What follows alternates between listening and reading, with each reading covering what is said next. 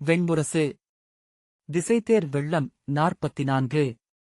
வாசிப்பது சந்தீப். போர்க்களத்தில் தன் கையசைவுகள், உதடசைவுகள் வழியாக இடைவிடாது ஆணைகளை பிறப்பித்து சூழ்ந்திருந்த படைகளை முற்றாகவே ஆட்டுவித்துக் கொண்டு தேரில் நின்றிருக்கையில் சகுனி முதல் முறையாக நாற்களப் பகடைகளைத் தொட்டு எடுத்த நாளை எண்ணிக்கொண்டார். குழந்தையாக இருந்தபோது நிகழ்ந்தவற்றில் ஓர் அணுவிடை கூட ஒளி குன்றாது நின்றிருக்கும் நினைவு அதுதான். அவருக்கு 2 அகவை. தந்தையின் மடியில் அமர்ந்திருந்தார். தந்தையின் முன் நாற்களப் பலகை விரிந்திருந்தது. எதிரே அவருடைய இளையவராகிய மகாபலர் அமர்ந்திருந்தார். அவர் தலையில் கை வைத்து கருக்களை நோக்கியபடி அமர்ந்திருக்க அவரை புன்னகையுடன் கூர்ந்து நோக்கியபடி சுபலர் பகடைகளை கையிலெடுத்தார். அவர்களின் முகங்களிலிருந்த உணர்ச்சிகளை சகுனி மாறி மாறி பார்த்தார். அந்த ஒருமையும் கொந்தளிப்பும் பதற்றமும் எக்களிப்பும் அவரை ஆட்கொண்டன. சுபலர் பகடைகளை உருட்டியதும் மகாபலர் தலையில் ஓங்கி அறைந்தபடி, தெய்வங்களே என்றார். சுபலர் மீண்டும் என் கணக்கு என்றார். என்ன, தந்தையே என்றார் சகுனி. ஒன்றுமில்லை, பேசாமலிரு என்றார் சுபலர். தந்தையே என்று சகுனி அவர் கையை பிடிக்க அவர் மைந்தனை இறக்கி அப்பால் நிறுத்தி பகடையை உருட்டினார். மகாபலர் குனிந்து நோக்கிவிட்டு வெறிக்கூச்சலிட்டு கைகளைத் தட்டியபடி எழுந்தார். உரக்க நகைத்தபடி நடனமிட்டார். சுபலர் தலையில் கை வைத்துக் கொண்டு குனிந்தார். அதற்கு முன்னரும் அந்த ஆட்டத்தை சகுனி பார்த்திருந்தார். ஆனால் ஒரே கணத்தில் துயரை பெருங்களிப்பாக, பெருங்களிப்பை இருண்ட வீழ்ச்சியாக மாற்றும் ஒன்று அப்பகடைகளில் இருப்பது அப்போதுதான் அவர் நெஞ்சில் பதிந்தது. அவர் அந்தப் பகடைகளையே நோக்கிக் கொண்டிருந்தார். அவை எலும்புகளால் ஆனவை. காந்தாரத்தின் பகடைகளில் எல்லாம் ஒருபுறம் காந்தாரத்தின் ஈச்சிலை பொறிக்கப்பட்டிருந்தது. மறுபக்கம் ஆரணையரைக் குறிக்கும் 6 என்னும் எழுத்து. பகடைகள் புரண்டு விரிந்து மீண்டும் சேர்ந்து சிதறிப் பரவுவதை அவர் நோக்கிக் கொண்டிருந்தார். அவை சுபலரையும் மகாபலரையும் அறியாமல் தங்களுக்குள் தாங்களே விளையாடிக் கொண்டிருந்தன. புறாக்கள் போல எழுந்து சிறகடித்து மீண்டும் அமர்ந்து. அவற்றுக்கு அப்பால் சுபலரும் மகாபலரும் கொந்தளித்தனர், கூச்சலிட்டனர், கண்ணீர் விட்டனர், மகிழ்ச்சி கொண்டாடினர். உச்சிப்பொழுதில் உணவுண்பதற்காக அவர்கள் 70 வரை ஆட்டம் நீடித்தது. ஏவலன் வந்து அறிவித்ததும் எழுந்து கொண்ட மகாபலர், நான் வென்ற நிலங்களை தனியாக குறித்துள்ளேன், மூத்தவரே. அவை முறைப்படி நீரூற்றி எனக்கு அளிக்கப்பட வேண்டும் என்றார். சுபலர், ஆம், அவை உனக்குரியவை. ஆனால் இன்னும் ஆட்டம் முடியவில்லை. இறுதியில் எவர் ஈட்டுகிறார்கள் என்று பார்ப்போம் என்றார். மகாபலர், நான் ஆடவில்லை என்றார். ஆட்டத்தை நிறுத்திவிட்டுச் செல்ல எவருக்கும் உரிமையில்லை என்றார் சுபலர். எங்கேனும் நிறுத்தியாக வேண்டுமே என்றார் மகாபலர். ஆம், ஆனால் என் நிலத்தை நீ கொண்டு செல்லும் இடத்தில் அல்ல என்றார் சுபலர். இருவரும் நின்று நோக்கோடு நோக்கு பொருந்தினர். இரு முகங்களிலும் இருந்த வெறுப்பையும் சினத்தையும் சகுனி நோக்கிக் கொண்டிருந்தார். சுபலர் திரும்பிச் செல்ல மகாபலர் மெல்ல துப்பியபடி திரும்பி இன்னொரு பக்கமாக சென்றார். அவர்கள் இருவரும் ஒருபோதும் பேசிக்கொள்வதில்லை என்பதை சகுனி உணர்ந்தார். இணைந்து நிற்பது கூட அரிது. ஆனால் அமர்ந்து ஆட முடிகிறது. அங்கே நகைப்பும் கூச்சலும் எழுகிறது. பகைக்கும் நட்புக்கும் அப்பால் நிகழும் ஓர் ஆடல் அது என்று அவர் உணர்ந்த தருணம். அத்தருணத்தை அவர் எண்ணி எண்ணி வளர்த்துக் கொண்டார். மானுடர் பேசிக்கொள்ளும் அனைத்துமே வெறும் முறைமைச் சொற்கள். அவையில், அறையில், தனிமையில், எங்கும் மானுடர் ஒருவரோடொருவர் உண்மையாக பேசிக்கொள்ளவே இயலாது என்ற நிலையில் எழுந்த மாற்று உரையாடலே நாற்களம். அங்கே உரையாடல்களும் வகுக்கப்பட்டுள்ளது. 4 களங்கள், 4 பகடைகள், 12 எண்கள், 72 கருக்கள். வெளியே விரிந்துள்ள பொருட்களின், உட்பொருட்களின், பொருள்மயக்கங்களின், உள்மயக்கங்களின் வெளி அனைத்து பேச்சுகளையும் முடிவிலி வரை கொண்டு சென்று பொருளற்றதாக்கிவிடுகிறது. பகடை திட்டவட்டமானது, மயக்கங்களற்றது. பின்பு அவர் அறிந்தார், ஒவ்வொரு உரையாடலும் பகடையாட்டமே என. பகடையாட்டம் சாரம் மட்டுமேயான ஓர் உரையாடல் என. அன்று அவர்கள் சென்றபின் ஏவலன் தந்த பேழைக்குள் எடுத்து வைத்த பகடைகளை தன்னிடம் தரும்படி கேட்டார். இளவரசே என தயங்கிய பின் முதிய ஏவலன் ஒருமுறை மட்டும் தொட்டுக்கொள்க என்றான். அவர் அந்த பகடைகளில் ஒன்றை எடுத்து கையில் உருட்டினார். இது எதனாலானது என்றார். இது புரவியின் எலும்பாலானது. எல்லா போட்டி விரைவுகளிலும் வென்று உங்கள் தந்தையை மகிழ வைத்த சுபார்ஸ்வம் என்னும் புரவி அது. அவர் அதை கையிலிருந்து உருட்டினார். இது என்ன? இது என்ன? என்று அவன் கையை பிடித்து உலுக்கினார். இளவரசே, இது 12. நீங்கள் வென்றீர்கள் என அவன் அதை எடுத்து பேழைக்குள் வைத்தான். நான் வென்றேன். 12 12 நான் வென்றேன் என்று சகுனி சொல்லிக் கொண்டார். துள்ளியபடி ஓடிச் சென்று தன் மூத்தவரான அசலரிடம் சொன்னார். மூத்தவரே, நான் வென்றேன். 12 வென்றேன். அன்று முதல் அந்த எண் அவரை ஆட்டிப் படைக்கலாயிற்று. 12 துயிலிலும் விழிப்பிலும் ஆட்கொண்டிருந்த எண். ஓர் எண் நாவிலெழுமென்றால் இயல்பாகவே அது 12 தான். வெற்றி இத்தனை எளிதானது. இத்தனை கூறியது. கையருகே நின்றிருப்பது. கொலைவாளின் கூர்போல் மற்றொரு பொருள் அற்றது. ஆனால் பகடையாடத் தொடங்கியபோது வெற்றிகள் கைகூடவில்லை. பெரும்பாலானவர்கள் அவரை எளிதில் வென்றனர். 12 ஒரு கனவாக, பின் ஏக்கமாக, பின் எரிச்சலாக ஆகியது. ஆட அமர்கையிலேயே சினமெழுந்தது. பகடையை கையிலெடுக்கும்போதே நெஞ்சு இறுகி முகம் கூர்கொள்ள பற்களை கடித்தபடி உருட்டினார். பகடை அவரை ஒவ்வொரு முறையும் வென்றது. கால் கீழிலிட்டு மிதித்தபடி குளம்படிகள் ஒலிக்க கடந்து சென்றது. அவருக்கு பகடை கற்பித்த ஆசிரியர்கள், பகடையை இறுகப் பற்றுகிறீர்கள், இளவரசே.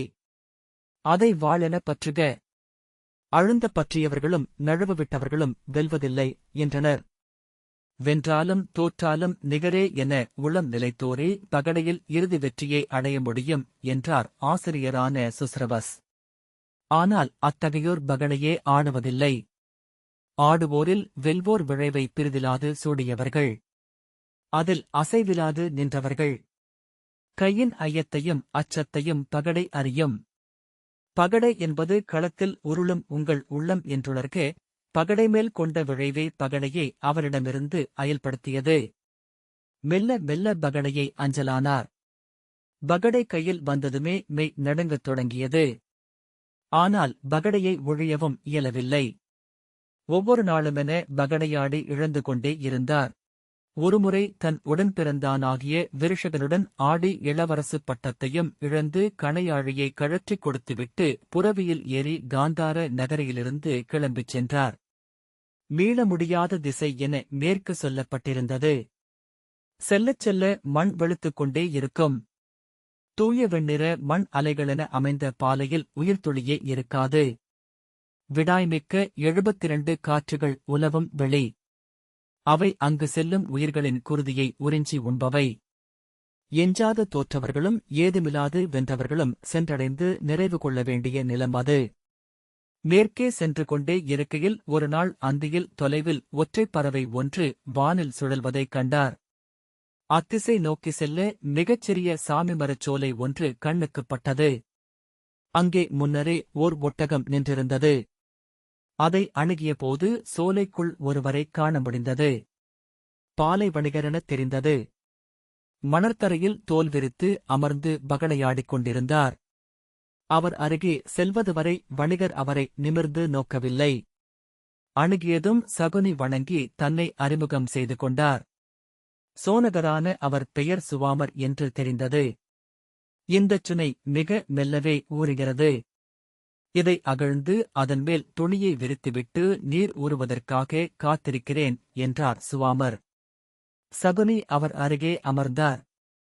தனிமையில் பகடையாடலாமா என்றார். நம்முடன் நாம் ஆடலாம். இவ்வாறு நம் நிழல் நமக்கு முன்னால் விழுந்திருக்க வேண்டும் என்றார் சுவாமர். நம்மை நாமே வெல்வது எளிது என்றார் சகுனி. அல்ல, அதுவே கடினம் என்று சுவாமர் சொன்னார். என்னுடன் ஆடுகிறீர்களா என்றார். என்னிடம் பணயம் என ஏதுமில்லை. அனைத்தையும் இழந்த பின்னர் வந்துள்ளேன் என்றார் சகுனி. எஞ்சியிருப்பது உங்கள் உடல். அதை பணயமாக்கலாமே என்றார் சுவாமர். எனக்கு அடிமையாக இருப்பதாக சொல்க. நீர் அருந்தியபின் அவர்கள் ஆடத் தொடங்கினர். 7 சுற்று ஆட்டத்திற்குப் பின் சகுனி அவர் அடிமையாக ஆனார்.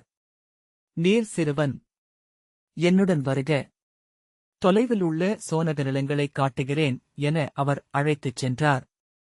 அவருடைய சுமை தூக்கியாகவும் ஏவல் சிறுவனாகவும் 4 ஆண்டு காலம் அவருடன் இருந்தார். என்றேனும் என்னை நாற்களத்தில் வென்று உமது விடுதலையை நீர் ஈட்டிக் கொள்ளலாம் என்றார் சுவாமர்.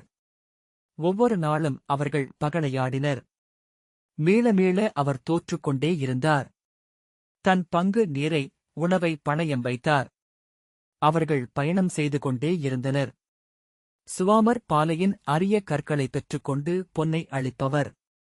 பாலை வெளியில் நீரிலாது வாடி உடல்வற்றி கண்கள் பழுத்து இறப்பை பலமுறை அருகில் கண்டார். வழிதவறி உயிர்ப்பதைத்து வான் நோக்கி திகைத்து அலைந்து கண்டடையப்பட்டார். சுவாமர் அவரிடம் எந்த இரக்கத்தையும் காட்டவில்லை. ஒரு குவளை நீர் மட்டுமே எஞ்சுகிறதென்றால் அதை பகிர்ந்துண்ணலாகாது. இருவரும் இறப்பதற்கே அது வழிகோலும். எனக்கே என எண்ணுபவனே இந்நிலத்தில் உயிர் விஞ்ச இயலும். அருக பாலை ஓநாய் தனித்தது. முழு தனிமையை அது தனக்கான காப்பாக கொண்டுள்ளது என்றார் சுவாமர். 4 ஆண்டுகளுக்குப் பின்னர் ஒருநாள் பாலை வழியில் தவறி நீரிலாது உடல் வற்றிக் கொண்டிருக்க பாறை நிழலில் படுத்திருக்கையில் சுவாமர் சொன்னார், நான் இறக்கவிருக்கிறேன். உம்மை அடிமையாகக் கொண்டு நான் இறந்தால் நீரும் என்னுடன் இறக்க வேண்டும் என்பதே நெறி. நான் அழித்து நீர் பெற்றுக் கொண்டால் நீர் க்ஷத்திரியர் அல்ல. என்னை கொன்று விடுதலை கொள்ள நீர் இப்போது க்ஷத்திரியர் அல்ல. என்னை வென்று மட்டுமே நீர் விடுதலையை அடைய முடியும். சகுனி திகைப்புடன் நோக்கிக் கொண்டிருந்தார். உமக்கு ஓர் அறிவுரையை சொல்கிறேன். நீர் நாற்களத்தை நாற்களமென்றே பார்க்கிறீர். நாற்களம் என்பது போர். இங்குள்ள அரசனும் அரசியும் புரவியும் யானையும் மெய். களம் என்பது நாடே. பகடைக்களத்தில் போரை நிகழ்த்துக. அன்று அவர் சுவாமரை வென்றார். இறந்த உடலின் மனம் நாடி வந்த ஓநாய்க்கு அதை விட்டுக் கொடுத்துவிட்டு காந்தார நகருக்கு திரும்பினார். பிறகு அவர் எந்த நாற்களத்திலும் தோற்கவில்லை. பாலையில் குருதி தேடி அலைந்து பசியால் இறந்த ஓநாய் ஒன்றின் தொடையெலும்பிலிருந்து தன் பகடைகளை உருவாக்கிக் கொண்டார். அறிந்தவை அனைத்தையும் நாற்களத்தின் ஆட்டத்திலிருந்தே கொண்டார். அனைத்தையும் அக்களத்திலேயே நிகழ்த்தினார். விரிந்த வானை துளையென சுருட்டி தன்னுள் கொண்ட ஆடிக்குமிழை என ஊழை உள்கொண்டது நாற்களம் என அவர் கண்டடைந்தார். அங்கிருந்து கிளம்பி அஸ்தனபுரிக்கு வந்த பின்னர் மதயானை ஒன்றின் எலும்பிலிருந்து தன் பகடைக்காய்களை உருவாக்கிக் கொண்டார். ஆனால் குருக்ஷேத்திரத்திற்குள் படைகள் வந்தமைந்து முதல் நாள் அந்தப் பெருவிரிவை கண்களால் அறிந்தபோது அவருடைய அகம் திகைத்து செயலிழந்தது. விழித்த வெறுங்கண்களுடன் அவர் அந்த செம்மண் நிலத்தை நோக்கி நின்றார். இதுவல்ல இதுவல்ல என அகம் அரற்றிக் கொண்டே இருந்தது. குருதி பெருக்கு. வெள்ளெலும்புகள் புதைந்த மண் செவ்வுதடுகளில் பற்கள் தெரிய புன்னகைப்பது போலிருந்தது. தேர்தட்டில் வியர்வை வழிய நெஞ்சு துடிப்பை நோக்கியபடி நின்றிருந்தார். திரும்பிவிடலாம் என்று தோன்றியது. வாளை எடுத்து நெஞ்சில் பாய்ச்சி அக்களத்திலேயே உயிர்விடலாமென எண்ணம் ஓங்கியது. கையிலிருந்த கடிவாளம் நடுங்கிக் கொண்டிருந்தது. தொலைவில் ஓநாய் ஒன்று ஊளையிட்டது. அக்கணத்தில் உள்ளே ஒரு திரை நலுங்குவது போல் ஓர் எண்ணம் எழுந்தது. அதை சொற்களென பின்னர்தான் மாற்றிக்கொண்டார். அப்பெரும் போர்க்களத்தை அவர் ஒரு சிறுநாற்களமென்று தன்னுள் ஆக்கிக் கொண்டார். அதில்தான் நன்கறிந்த பகடையை உருட்டி ஆடலானார். பீஷ்மர் நேரம்பென பாண்டவ படைகளை கிழித்து உட்செல்ல அவரை சுருதகீர்த்தியும் அபிமன்யுவும் இருபுறமும் துணைக்க அர்ஜுனன் எதிர்த்தான். பிதாமகரின் அம்புகளுக்கு முன் அவர்களால் நிலை கொள்ள இயலவில்லை. பிதாமகர் ஒவ்வொரு அம்புக்கும் ஓர் அணுவென அவர்களை பின்னடக்கிச் சென்றார். பாண்டவப் படைகளுக்குள் அவர் நெடுந்தொலைவு சென்றுவிட்ட பின்னர் அர்ஜுனன் பின்னடைகிறான் என்று முரசு சொன்னது. ஊசியை நூல் என படைகள் தொடர்க. மீனுக்குள் தூண்டில் நுழையட்டும் என சகுனி ஆணையிட்டார். பூருசிரவஸ் திருஷ்டத்யும்னனிடமிருந்து பின்வாங்கிக் கொண்டிருந்தான். ஜெயத்ரதர் பூருசிரவசை துணைக்கச் செல்க என்றார் சகுனி. துரோணர் நகுலனையும் சகதேவனையும் எதிர்கொண்டார். கிருபருடன் யுதிஷ்டிரரும் அவர் மைந்தர்களும் போரிட்டனர். போரில் விருந்து வெளிவெறும் ஓசையென சகுனியின் காதுக்கு வந்து கொண்டிருந்தது. ஒவ்வொரு முழவுக்கும் வேறுபட்ட ஒலிகள் எழுந்தன. தோள்களின் அடர்த்தியும் வட்டத்தின் அகலமும் கோல்களின் தடிமனும் ஒலிகளை அமைத்தன. கன்றுத் தோல்கள், உடம்புத் தோல்கள், எருமைத் தோல்கள், முதலைத் தோல்கள் என ஒவ்வொன்றும் தனிக்குரல் கொண்டிருந்தன. நாய்குரைப்பது போல் துள்ளித் துள்ளி ஓசையிட்டுச் செல்லும் உடம்புத்தோல் முழவின் குரல் பீஷ்மரை அறிவித்துக் கொண்டிருந்தது. எருமைத்தோல் முழவு சினைப்பொலி எழுப்பி அஸ்வத்தாமனை, கன்றுத்தோலின் அமரலோசை துரியோதனனை. முதல் நாழிகை அனைத்து ஒலிகளும் ஒன்று திரண்டு ஒற்றை முழக்கமென செவியை வந்தறைய தன் தேர்தட்டில் நின்று குழம்பி திகைத்து கண்களை மூடிக்கொண்டார் சகுனி. முன்பு ஒவ்வொரு ஒலியையும் 1000 முறை கேட்டு செவிக்கு பழக்கி வைத்திருந்த அனைத்தும் உள்ளத்திலிருந்து அழிந்து சென்றன. அப்பயனின்மை ஒரு கணம் அச்சுறுத்தியது. வேறு வழியில்லை, இப்போர் அதன் போக்கில்தான் நிகழ ஒப்புக் கொடுப்பதைதான் செய்யக்கூடும். பீஷ்மரின் செய்தியை மட்டும் நோக்குவோம். பிற அனைத்தையும் பின்னர் கேட்டறியலாம். ஆம், ஒன்றில் நிலை கொள்க. ஒன்றில் பீஷ்மரின் செய்தியை கூறிக்கொண்டிருந்து தொழும்பனின் முழ ஒலியை செவி கூர்ந்தபோது மிக அண்மையிலென ஒலித்தது. அதன் ஒவ்வொரு தாளக்கட்டையும் ஒரு சொல்லென மாற்றியபோது தன் காதுக்கெனவே காற்றில் வந்தது போல் இருந்தது. முன்னதர்கிறார் பிதாமகர். எதிரில் பாண்டவ இளையோர் வந்து சூழ்ந்திருக்கிறார்கள். பிதாமகர் தயங்கவில்லை. பிதாமகர் கொன்று முன் செல்கிறார். குருதிப்பலி நிகழ்ந்து கொண்டிருக்கிறது. உள்ளம் விசை கொண்டு முன்னெழ ஒவ்வொரு சொல்லையும் கண்முன் காட்சியின்றி மாற்றி அதில் நின்று பரவி துடித்தபோது ஒரு கணத்தில் உணர்ந்தார், அனைத்து ஓசைகளையும் அவர் கேட்டுக் கொண்டிருக்கிறார் என.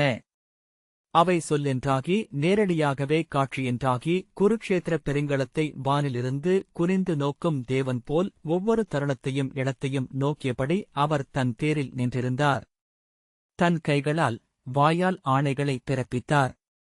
10 விரல்களிலும் பட்டச்சரடுகள் கட்டி பாவைகளை ஆட்டுவிக்கும் கூத்தன் என கௌரவப் படையின் பின்புறத்தில் நின்று அப்படையை அவர் நிகழ்த்தினார். எவர் சூழப்பட வேண்டும், எவர் பிரிக்கப்பட வேண்டும், எவருக்கு துணை வேண்டும், எவர் பின்னடைய வேண்டும் என. வெற்றி அனைத்தும் அவருடையதாயிற்று. தோல்விகள் அனைத்தையும் அவரே சூடினார். முதல் நாள் பேரழிவை பாண்டவருக்கு நிகழ்த்தி அந்தியில் படை முடிவை அறிவித்தபோது மெல்ல உடல் தளர்ந்து அமர்ந்தார். ஓடிவந்து அவரது தேரில் ஏறிய துர்மதன், வெற்றி மாதுளரே, இன்று வெற்றி. பாண்டவப் படையின் பெரும்பகுதியை அழித்துவிட்டார் பிதாமகர். நாளைக்கு அவர்கள் படைக்கு எழுவார்களா என்பதே ஐயம்தான் என்றான். சுபாகு தேரில் பாய்ந்தேறி வெற்றி வெற்றி என்றான். சகுனி தளர்ந்த குரலில், அப்படை இந்திரமாயக்காரனின் கையிலிருக்கும் பாவைகள் போன்றது. ஒரு பாவையை 1000 காட்டவும் 1000ஐ ஒன்றென்றாக்கவும் அவனால் இயலும் என்றார். அவர் சொன்னதை புரிந்து கொள்ளாத துர்மதன், வெற்றி வெற்றி முரசுகள் முழங்குகின்றன என்றான். சுபாகு, என்ன சொல்கிறீர்கள் மாதுளரே என்றான். இப்போரை களத்தில் நிற்பவர்களில் நான் ஒருவனை முழுமையாக நோக்கிக் கொண்டிருக்கிறேன் என்றார் சகுனி. சுபாகு, தாங்கள் சோர்ந்துள்ளீர்கள் என்றபடி தேரிலிருந்து பாய்ந்து இறங்கிச் சென்றான். திரும்புக என்று ஆணையிட்டபடி தேரில் அமர்ந்தபோது தன் காலில் முற்றிலும் வலி இல்லாதிருப்பதை அவர் பார்த்தார். அதை அசைக்க முயன்றபோது எடைமிக்க இரும்புக் கவசம் இருப்பதைப் போல் தோன்றியது. வலி எழவில்லை. தேர் பலகை பரப்பினூடாக சென்றது. அனைத்து பாதைகளினூடாகவும் புண்பட்டோரை கொண்டு செல்லும் வண்டிகள் களம் நோக்கிச் சென்றன. மெல்ல முதல் சொல் என வலி எழுந்தது. ஆம், நீ எழுவாயென்று தெரியும் என்று அவர் புன்னகையுடன் சொன்னார். நீ அங்கிருக்கிறாய். நீ உடனிருப்பாய். நானின்றி நீ எங்கிருக்க இயலும்? என் அணுக்கனல்லவா? என்னை ஆட்கொண்ட தெய்வம் அல்லவா? என் பாதை நீ கொண்டு செல்லும் திசையே அல்லவா? வலி அவரிடம் நீ என்றது. பித்தன் போல நீ என்றார் அவர். அவர் அதை கூர்ந்து நோக்கிக் கொண்டிருந்தார். தயங்கி விசை அழிந்து ஆனால் எடை மிகுந்து நான் என்றது. நான் நான் நான் என்று எடை மிகுந்து துள்ளி செல்லத் தொடங்கியது. செய்திகளாக வந்து சூழ்ந்து பின்னி வலை என்றாகி விரிந்து கொண்டிருந்தது குருக்ஷேத்திரப் போர். அவர் ஆணைகளை இட்டுக்கொண்டே பின்னணியில் நிகராக தேரில் ஓடிக்கொண்டிருந்தார். இரு பேரருக்கள் முட்டிக்கொண்டு சீறிப் போரிட்டன. அவை ஒருங்கிணைந்த வஞ்சங்கள், ஓருருவென எழுந்த சீற்றங்கள். வீழ்ந்த படைகளின் இடைவெளிகளில் பின்னணி வீரர்கள் இயல்பாகவே வந்து நிறைந்தனர். வீழ்ந்தவர்களை கொக்கிகளால் இழுத்துக் கொண்டு சென்று அப்பாலிட்ட பின் மேலும் மேலும் என கொடிகளால் ஆணையிட்டனர் படைத்தலைவர்கள். என்ன நிகழ்கிறது, மாதுலரே? என்றான் துரியோதனன். நாம் முன்னகர்ந்து கொண்டிருக்கிறோம். இன்று மாலைக்குள் அவர்களின் படைசூழ்ச்சியை 8 துண்டுகளாக சிதைப்போம் என்றார் சகுனி. அந்த படை ஒரு மாபெரும் உள்ளம் என இயங்கிக் கொண்டிருந்தது. ஓயாத சொல்லொழுக்கு. ஒருபாதி பொய்யும் மறுபாதி கனவும். அவை சென்று சென்று அரைந்தும் கரைக்க முடியாத பெரும்பாறையென மெய்யும். பித்தெடுத்த உள்ளம் இது. ஆனால் அத்தனை உள்ளங்களும் பித்தெடுத்தவையே. தெளிவென்பது உள்ளம் வெளிக்காட்டும் ஒரு நடிப்பன்றி வேறில்லை. பித்துவிழி. அதன் ஒவ்வொரு உள்ளமும் பித்துப் பேழை. ஒவ்வொரு சொல்லும் பித்துத் துளி. பித்தை ஆட்டுவிக்கிறேன். பித்தின்மேல் அமர்ந்து நாற்களமாடிக் கொண்டிருக்கிறேன். ஆடல்கள் என்பவை வரையறுக்கப்பட்ட களங்களிலிருந்து மெல்ல மெல்ல பித்து நோக்கி செல்பவை. பித்து நின்றாடும் அரங்குகள். பகடைகளில் குடிகொள்பவை பித்தின் பெருந்தெய்வங்கள். அவர் பாலையில் ஓர் ஓநாயைக் கண்டதை நினைவு கூர்ந்தார். அது குருதிச்சுவை கண்டு உண்டு நிறைந்துவிட்டிருந்தது. மணல்மேல் சுழல் காற்றில் சருகு என தன்னைத்தான் சுழற்றிக் கொண்டு துள்ளியது. அவ்விசையில் தூக்கி வீசப்பட்டு எழுந்து தலை தூக்கி உளையிட்டது. விரிகொண்டு மண்ணை கால்களால் அள்ளி அள்ளி வீசியது. பின்னர் மெல்ல அமைந்து வான் நோக்கி கூர்மூக்கைத் தூக்கி உளையிடத் தொடங்கியது. அதனருகே விரிந்திருந்த அந்த மணலோவியத்தை அவர் திகைப்புடன் நோக்கினார். அறியா தெய்வமொன்று எழுந்தாடிச் சென்ற களமெழுத்து ஓவியம். அதன் வடிவம் எந்த ஒருமைக்குள்ளும் அமையவில்லை. ஆனால் ஒருமையற்ற வெற்று வடிவென்றும் தோன்றவில்லை. பின்னர் ஒரு கணத்தில் உடல் மெய்ப்பு கொள்ள அவர் கண்டு கொண்டார், அது அந்த ஓநாய் அப்போது எழுப்பிக் கொண்டிருந்த உளையின் காட்சி வடிவம் என. இந்த வாசிப்பை கேட்டதற்கு நன்றி.